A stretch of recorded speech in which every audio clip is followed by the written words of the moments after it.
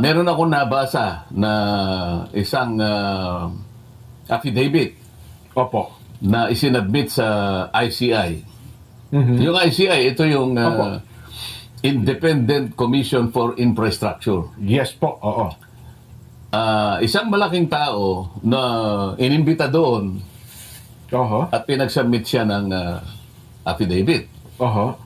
Kapag binasa mo yun din, nilaglag si Saldico. So talaga. So doon, lilitaw doon, Oo. talagang scapegoat. Sasabihin niya, maihinuha mo kung sinong tinutukoy ko rito. Opo. Wala po akong kinalaman dyan. Maaring ako po ang pinakamataas doon sa Ahensya na yun. institusyon na yon. Opo, oo. Ngunit wala akong kinalaman doon sa ginagawa ng mga chairman. Lalong-lalo na yung chairman ng Appropriations Committee. So makikita mo, merong direction talaga yung scapegoat strategy. Opo. Gusto nilang papaniwalain ang mga Pilipino, mga kababayan natin, na hanggang doon lang. Nako. So kapag naipagtagumpay nila yon, teka muna, may maliligtas ngayon. Maraming ma-absuelto, parang dating, gano'n? Sa akin kasi, hindi. Sinabi ko, kinakailangan matukoy natin kung sino talaga Oho. ang pinakautak, pinakaugat ng lahat ng ito. No?